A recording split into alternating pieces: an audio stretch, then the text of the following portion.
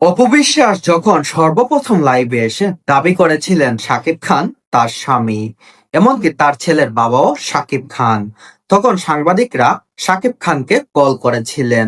তখন জানতে চেয়েছিলেন যে অপবিশ্বাস দাবি করছেন অপবিশ্বাস নাকি আপনার স্ত্রী, সাথে একটা ছেলেও আছে। তখন শাকিব খান সরাসরি অস্বীকার করেছিলেন অপবিশ্বাসকে, বলেছিলেন অপবিশ্বাস তার কোনো স্ত্রী না, এমনকি সাথে যেই ছেলেটা আছে সেও তার ছেলে না।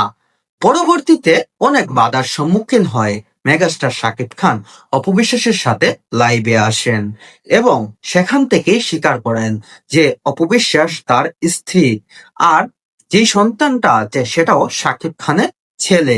আপনি একটা জিনিস চিন্তা করে দেখেন শাকিব খান কেমন মানুষ। সে তার নিজের সন্তানের কারণে, তার সন্তান দুনিয়াতে আসার কারণে সে তার স্ত্রীকে ডিভোর্স দিয়েছে। এটা কি সত্যি কেউ মানতে পারবে? শাকিব খান কি করে পারলো?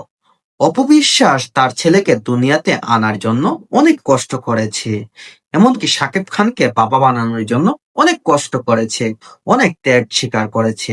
কিন্তু সেই সন্তানের কারণে শাকিব খান তার স্ত্রীকে, তার অনেক ভালোবাসার সম্পর্কের স্ত্রীকে সে ডিভোর্স দিয়ে দিল। শাকিব খানের এমন কাজ করার পিছনে কি কারণটাই ছিল? সন্তান দুনিয়াতে আসার কারণে যদি স্ত্রীকে ডিভোর্স দিতে হয়, সেই ক্ষেত্রে বুবলির ক্ষেত্রে কেন এমন হলো না? কেন তিনি শবনম বুবলিকে নিয়ে জীবনযাপন করতে স্বচ্ছতা পাচ্ছেন? অনেকদিন থেকেই শোনা যাচ্ছে বুবলির সঙ্গে শাকিব খানের সম্পর্ক আগে থেকে অনেক ভালো হয়ে গেছে।